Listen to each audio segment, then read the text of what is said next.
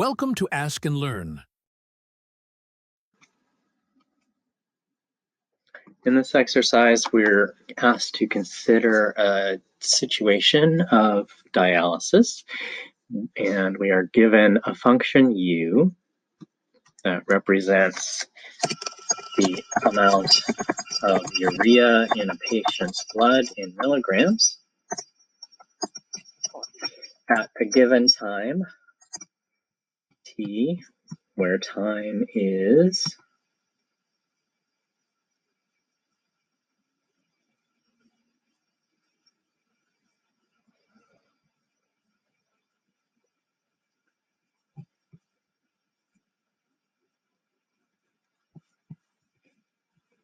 minutes.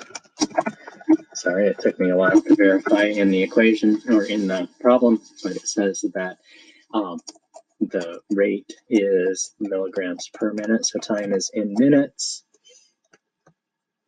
R is the rate of flow of blood through the dialysis machine.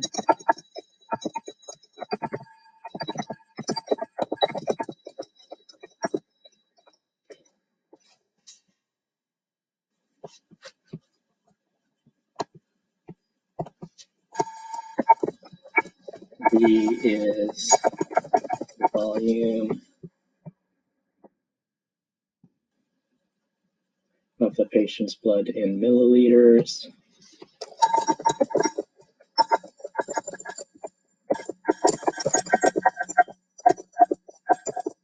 And C sub 0 is equal to the initial concentration of urea in the blood.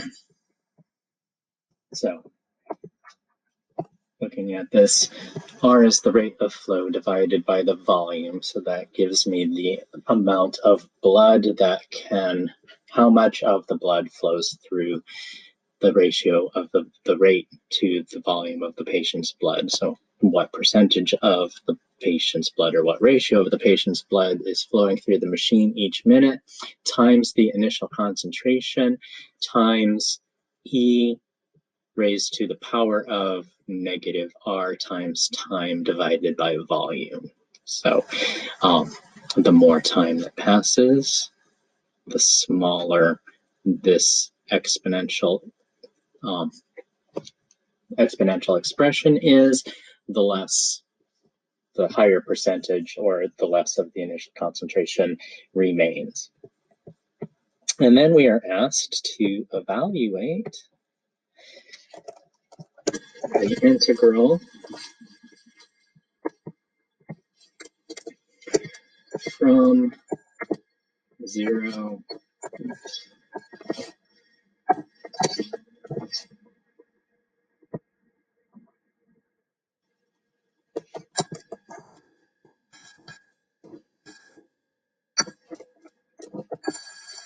to 30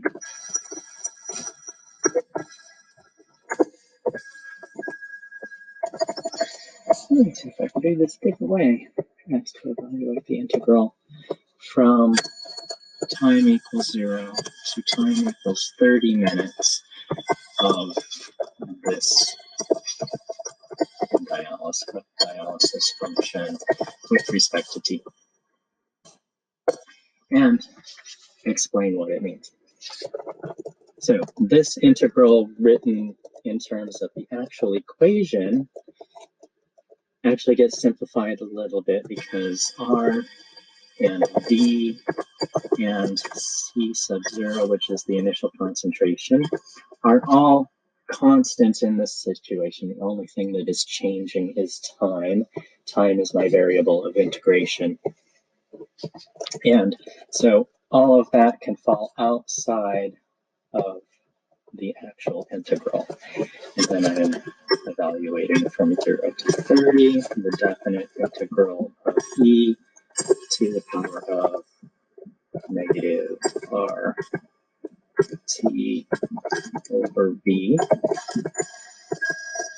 with respect to T. And when I do that is going to require us to do some substitution. So I'm going to switch to just being able to draw. I'm going to change my color to black.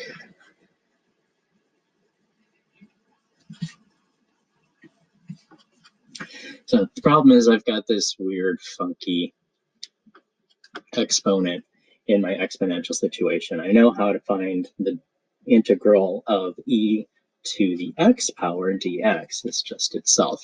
But the exponent here has more than just the variables. So I'm going to do a substitution. I'm going to call function u, that whole exponent, negative RT divided by v. And in order to evaluate an integral, I need to know what the derivative of that is. So du is just going to be negative r over v dt. To make the substitution a little easier, because I have a dt here, I am going to find out what dt equals by rewriting that. So if I divide both sides by negative r over v, I get that dt equals negative v over r du. And now I am going to substitute negative RT over V for U, and I am going to substitute dt with negative V over R du. So I'm going to put the dt here and change that. I'm going to put the U here. I'm going to rewrite all of this. So I still have the R, I still have the V, I still have the initial concentration. I am still evaluating an integral.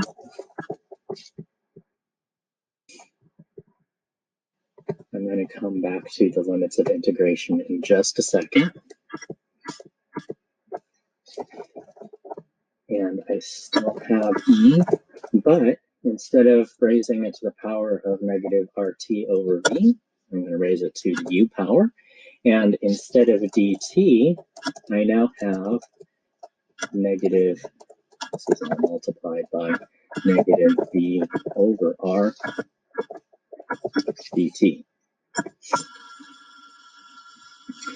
Simplifying that a little bit, negative V over R is still a constant.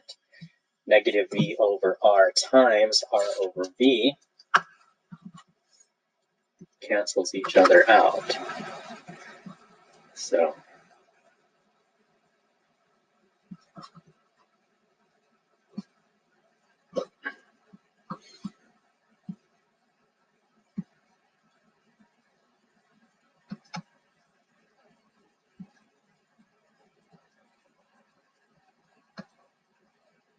what happened to all of that? So this R is going to cancel out this R because R divided by R is 1. This V is going to cancel out this V because V divided by V is 1. The negative is a constant, so I can put that outside and I can rewrite all of this as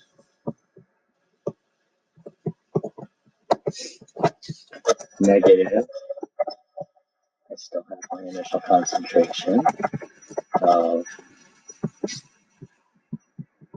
the definite integral.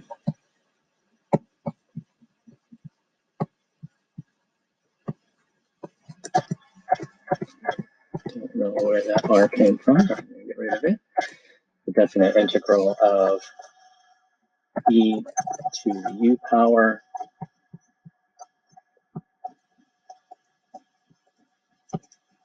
that should be du.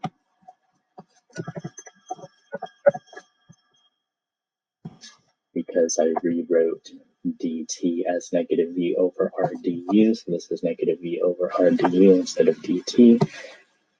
That makes this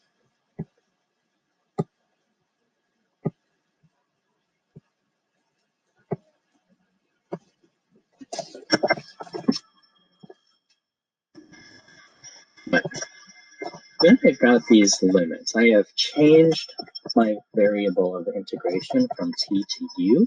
So I need to change the limits from t to u as well. If t equals 0, u is going to equal negative r times t divided by z, or divided by v. Negative r times 0 is 0, divided by v is 0. So when t equals 0, u equals 0. When t equals 30, u is going to equal negative r times 30 divided by v. So my upper limit of integration is going to be negative 30 r over v. And that gives me a definite integral that I can find the antiderivative for. I know that the antiderivative of e to the u du is just e to the u power. So this all becomes negative initial concentration. Oops, sorry about that. Initial concentration times e to the u power evaluated over the integral from 0 to negative 30r over v.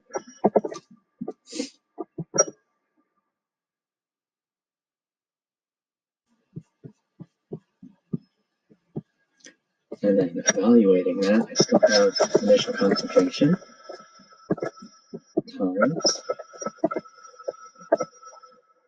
oops, sorry, my typing is a mess today, times plugging the negative 30r over v into e to the u power gives me e to the negative 30r over v.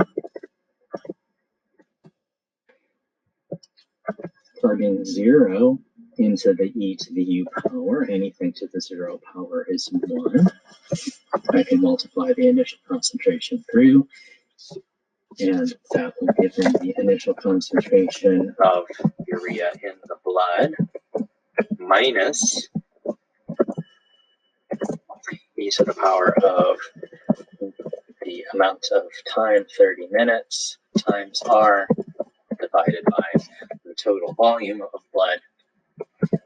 And this will give me the total milligrams of urea that remain in the patient's blood.